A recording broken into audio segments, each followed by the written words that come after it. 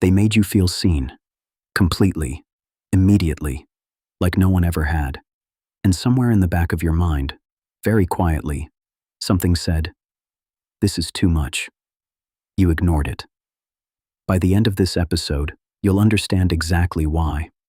There's a specific experience that brings people to a video like this. Not heartbreak, not a bad relationship that faded out. Something more disorienting than that. The experience of a beginning that felt extraordinary. A connection that seemed to arrive fully formed, intense and certain, followed, eventually, by a collapse that made no sense against everything that came before it. And the question that stayed with you afterward, what was that? Psychologists have a name for the opening phase of that experience. They call it love bombing. And the reason it deserves serious attention, not just a listicle of red flags, is that it operates below the level of conscious choice. The person it happened to isn't naive. They aren't weak. They are, in almost every documented case, someone who cares deeply. Clinical psychologist Dr. Ramani Durvasula, who has spent decades studying narcissistic personality and coercive relationships, puts it this way. The idealization phase is not about love. It's about acquisition. The person doing it is mirroring back to you everything you've ever wanted to hear, creating a powerful emotional debt they intend to collect on later. That framing, debt, is not accidental. We'll come back to it. The first peer-reviewed study to examine love bombing as a specific behavior was published in 2017 by Strutzenberg, Wiersma-Moseley, Joskowski, and Becknell in a study titled Love Bombing, a Narcissistic Approach to Relationship Formation. Their findings were precise. Love bombing correlates positively with narcissistic tendencies and insecure attachment styles, and negatively with self-esteem. Read that again.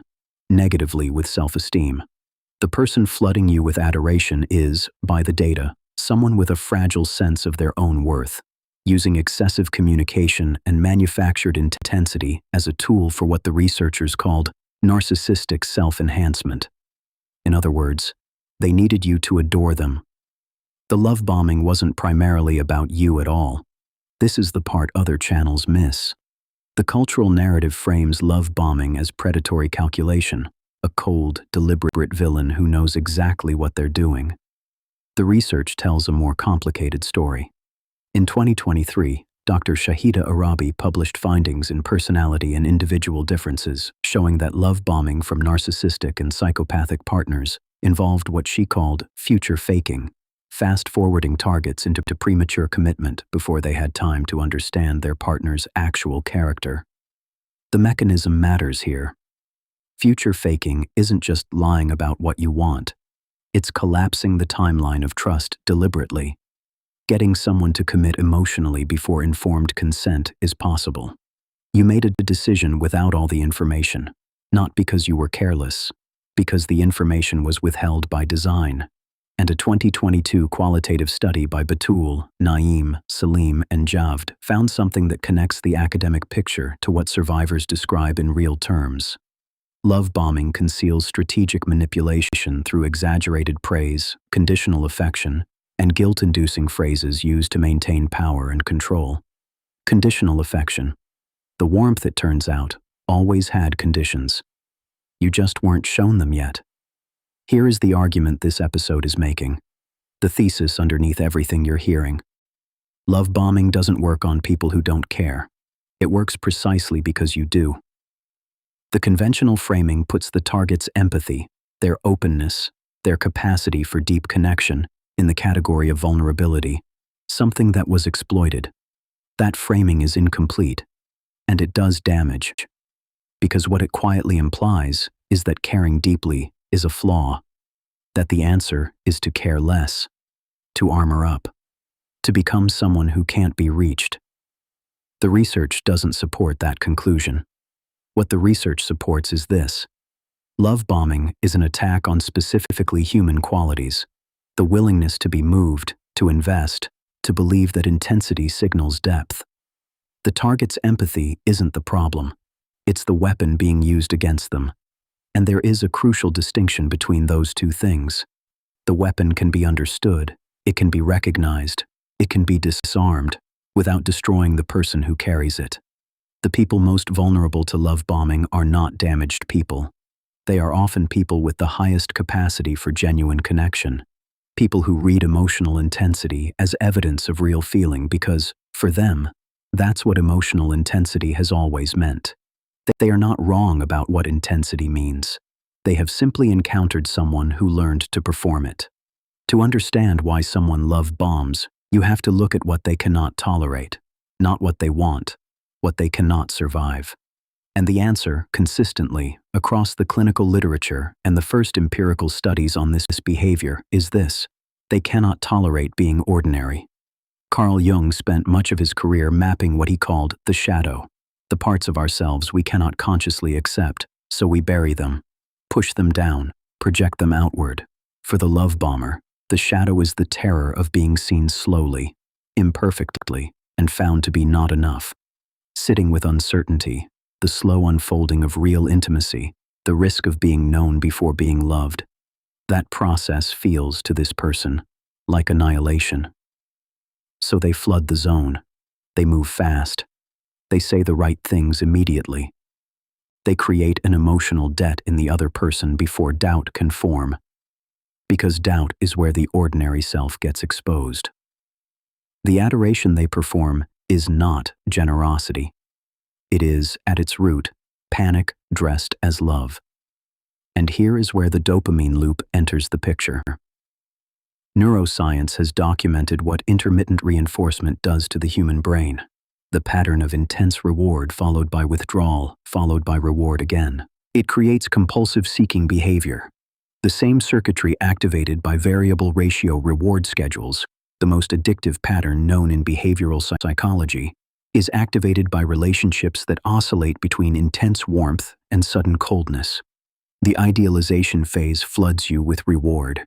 The devaluation phase withdraws it.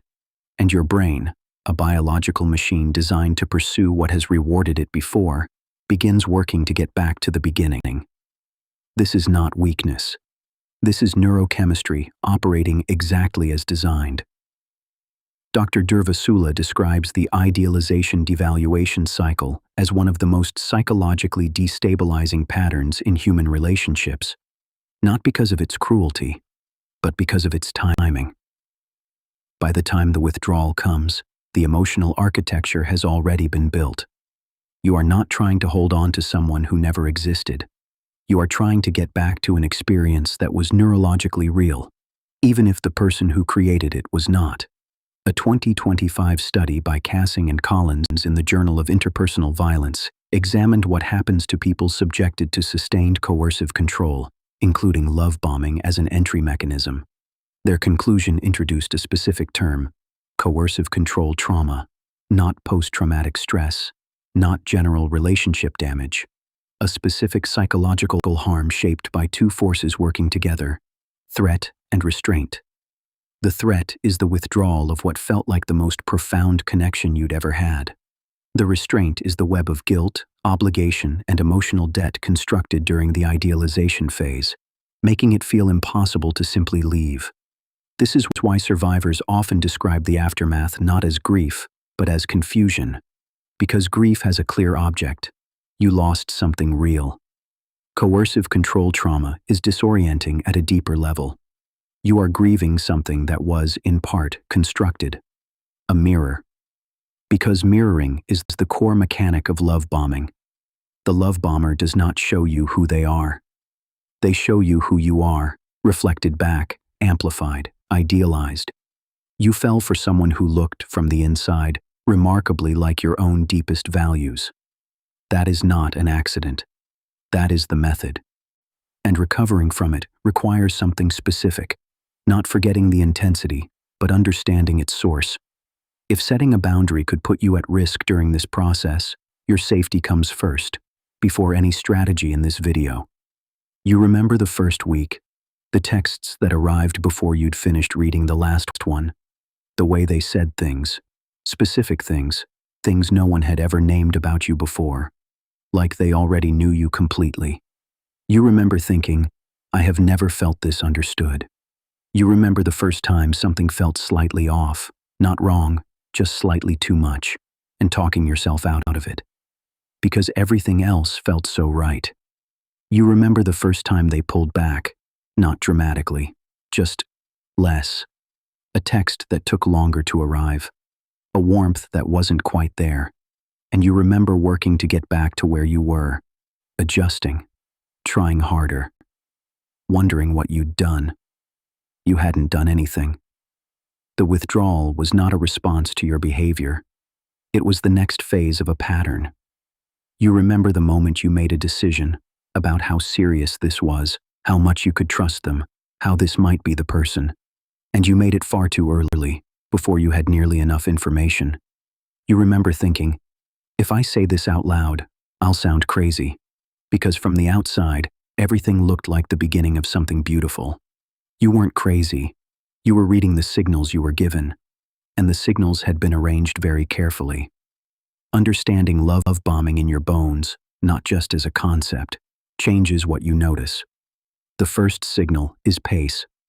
Genuine connection builds. It doesn't arrive fully formed. When someone moves at a speed that bypasses the natural timeline of trust, that speed itself is information, not proof of manipulation. Information worth paying attention to. The second signal is specificity. Love bombers are extraordinary at reflecting you back to yourself. They notice your values, your wounds, your precise aesthetic, and mirror them.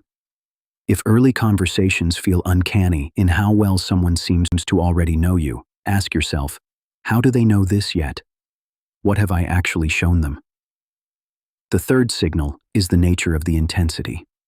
There is a difference between someone who is enthusiastic about you and someone who seems to need your validation urgently, immediately, completely.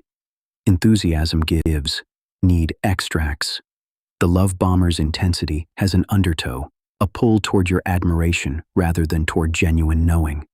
And the fourth signal, the one that arrives later, is the withdrawal. If the warmth that once felt unconditional begins to feel conditional on your compliance, your praise, your willingness to not ask difficult questions, that shift is not you imagining things. That is the emotional debt being called in. You can care deeply and still recognize this pattern. You can be open to real intensity, because real intensity exists, and still know the difference between someone who sees you and someone who needs you to see them. That distinction is the armor, not caring less, seeing more clearly. Love bombing is almost never the only form of harm in the relationships where it appears. It is typically the entry point, the mechanism by which someone gets close enough to cause deeper damage. And that raises a question the next episode explores directly. Of all the people who have hurt you in your life, the ones whose impact went deepest, how many of them were strangers? Almost none. The people who wound us at the level this episode has been describing are almost always the ones who were closest.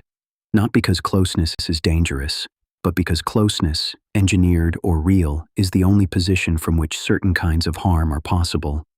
Proximity betrayal, why the people who hurt you worst are always the ones who were closest, is next. You've started seeing the pattern. Now you'll see the whole map.